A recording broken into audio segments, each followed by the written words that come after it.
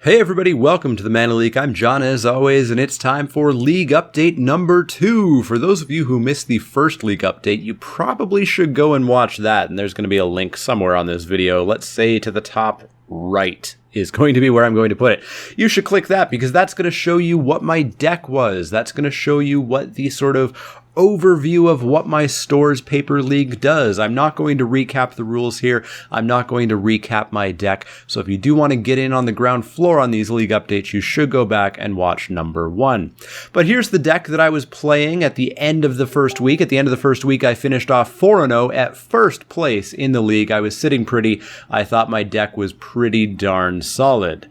I had opened up a Burn from within my pool, and I thought, hey, I should be doing pretty darn good. So I came to the first week of matches, and I assumed I was gonna just wipe the floor.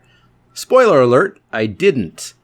Match 1, however, I was up against Alex. Alex was playing Grixis. He was playing blue, red, black. During just a couple of games, I saw Rattle Chains. I saw a Cursed Witch. I saw more flyers than I ever want to see in my life ever again on the other side of the table.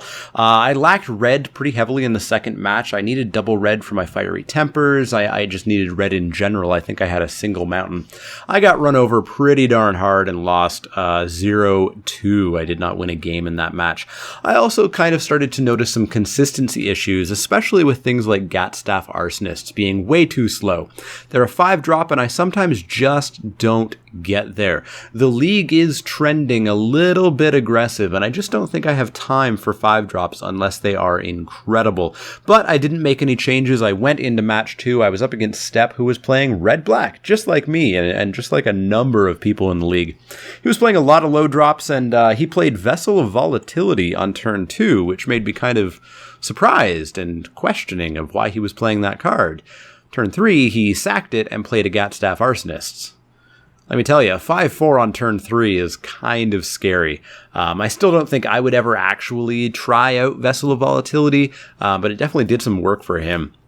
But more than that, low drops just kind of ran me over. My deck really needs to get 2-drops going, and I think I do need to work on making it lower and lower curve in order to kind of fight. I did get a game here, but I did end up losing in 3. Match 3, I'm starting to think that my busted pool is just not going to get there. I was up against Marco. He was playing white-green humans, arguably the best deck in the draft format. Who knows about the sealed format? The sealed format, of course, is much wonkier. Survive the Night blew me out multiple times, as did Strength of Arms. I was just not ready for those combat tricks.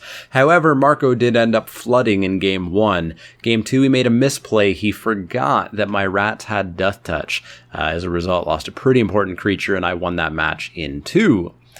Match 4, I was ready to wrap up for the night, hoping to go 2-2. I was up against Chris, who was playing, of course, red-black, because everybody is.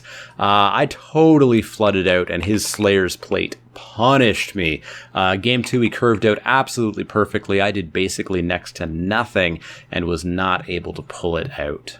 So, licking my wounds, I went up to the counter and bought my pack for the night to see if maybe I could get some cards to lower the curve of my deck. And I opened them up, and there was a lot of white in the pack. And I've been noticing this with Shadows packs. I saw a pack actually on the following week. I'm recording this the night of the second week, so slightly behind.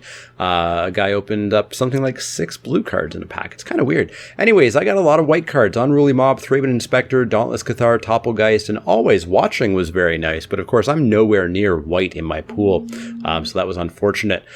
Blue had Pieces of the Puzzle, Drownyard Explorers, nothing at all to write home about there. Black, where, I'm very excited to see what Black has, had nothing but a Crow of Dark Tidings. It's a fine card, but it's not terribly what I want to be playing. Red, of course, is where I'm also looking. There was a Dance with Devils, which is fine, but I'm already kind of full up on 4-drops, and I think they're all somewhat better than Dance with Devils. I got a Gibbering Fiend, which is something that I'll definitely think about lowering my curve with. I'm not really on the Delirium plan just yet, but it's a possibility. And a Breakneck Rider, which is very nice. It's a 3-drop, it's a 3/3. The double red hurts a little tiny bit, but the flip side of this just helps out aggro so much. In green, I had a Moldograph Scavenger, I had a Watcher in the Web, not very exciting, not even slightly going to make me think about going green, and I had a Magnifying Glass. Big whoop, not what my deck wants to be doing. So I opened my pack in front of the store owner, Sean C., who is playing in the event, and he saw the Always Watching. He already has one, and he's playing white-green humans, so he, of course, jumped on that Always Watching, offered up a trade of a Burn from Within, and I very quickly took that trade, meaning that I used up 3 of my 6 trade points for this half of the league, so I have 3 trade points left, but I have a Burn from Within added to my pool, Burn from Within number 2. So I made 3 changes to my deck. I, of course, threw that Burn from Within immediately, and I decided I would take out a Throttle. I figured Burn from Within costs exactly the same as Throttle if I want to do 4 damage, if I want to kill an X4. It's not instant speed, but Burn from Within has so much extra versatility. I can kill an X1, an X2, an X3. I can kill an X5 or an X6, which Throttle can't do. And of course, I can just throw some damage at my opponent's face, which is fantastic. So I did take out that Throttle for a Burn from Within.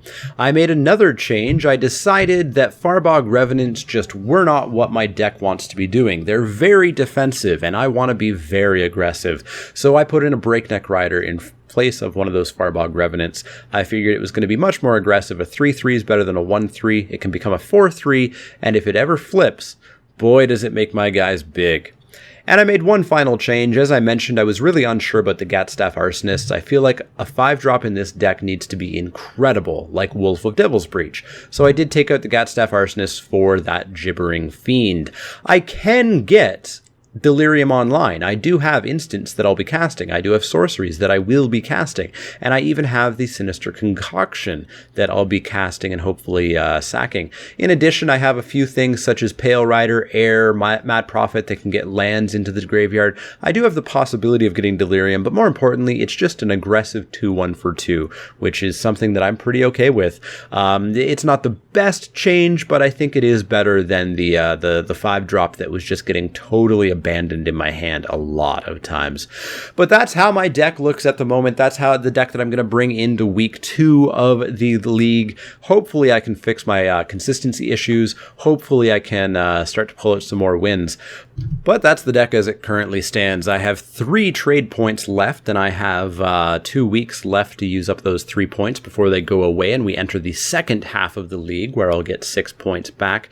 I'm still feeling relatively confident about the deck. There are some things that I need to replace. I think I do want to get rid of that Farbog Revenant and the Vampire Noble, maybe even the Bloodbad Vampire, to be honest. It is nice to discard it off of the Air or off of the Concoction, but it sometimes just is terrible. The Village Messenger as well, I think a much more powerful 2-drop would be better, something like another Air or something like that. So there's definitely changes that I'm still looking to do and some trades that I'm still looking to make. So here's the standings at the end of week 1. You can see that I have dropped to 4th place, down 3 spots from 1st place. I'm still sitting fine at 15 wins. That 4-0 opening should still help me cement my place in the top 10, which is what the playoffs are, of course. You can see some other stuff has happened. There's some huge gains. You see Steve K went up 8 spots. You can see that Step S went up 7 spots.